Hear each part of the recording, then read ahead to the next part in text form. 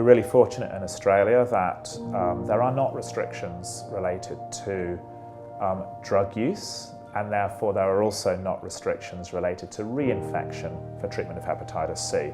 So if somebody is concerned about reinfection, we would absolutely provide them with all the means possible and all the tools possible to reduce that.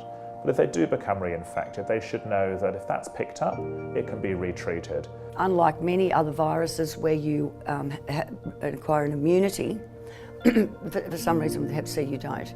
So as in my case, I had genotype 1A from mixed a number of years ago because I was just unaware of the concept of sharing equipment being a risky act, and then I acquired it again, embarrassingly, at a party where I thought I was in control of things, but I just wasn't.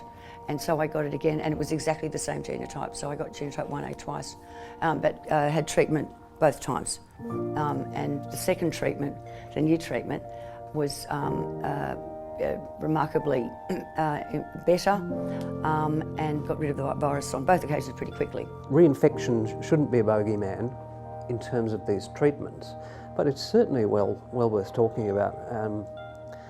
And I think also saying to a person, yeah, we know you're still using, and we don't want you to get reinfected, so here's all the things that we really want you to think about, but don't not have the treatment because you're worried you might get reinfected.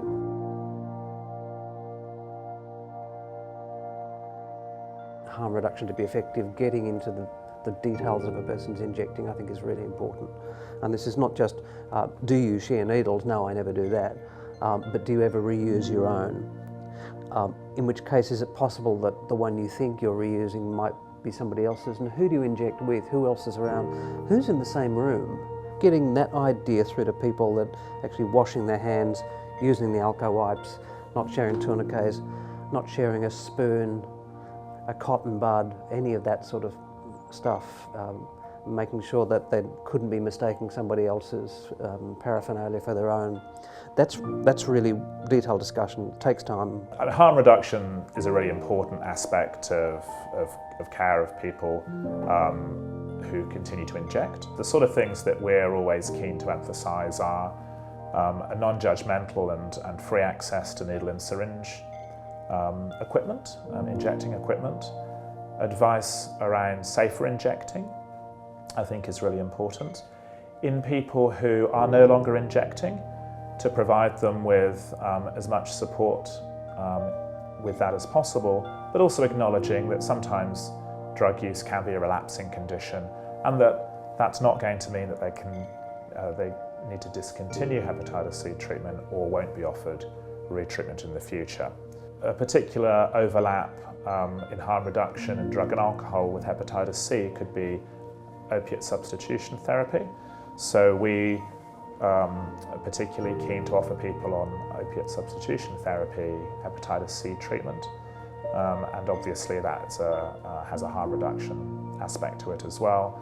And I think crucially, acknowledging that people who continue to inject may inject in a social network. They may have a partner, a friend who they regularly inject with. They may inject in a group of people, and therefore, to reduce the risk of reinfection, we're really keen to ask that person to invite as many of their injecting partners to clinic as possible, so that we can reduce the chance they're reinfected.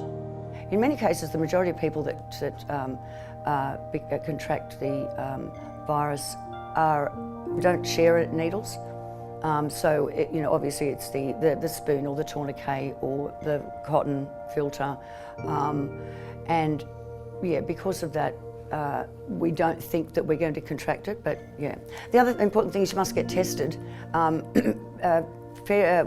if you're in a risk category, every 6 months is a good idea, just to have peace of mind, and also that with STIs as well, you may as well get that sort of test as well.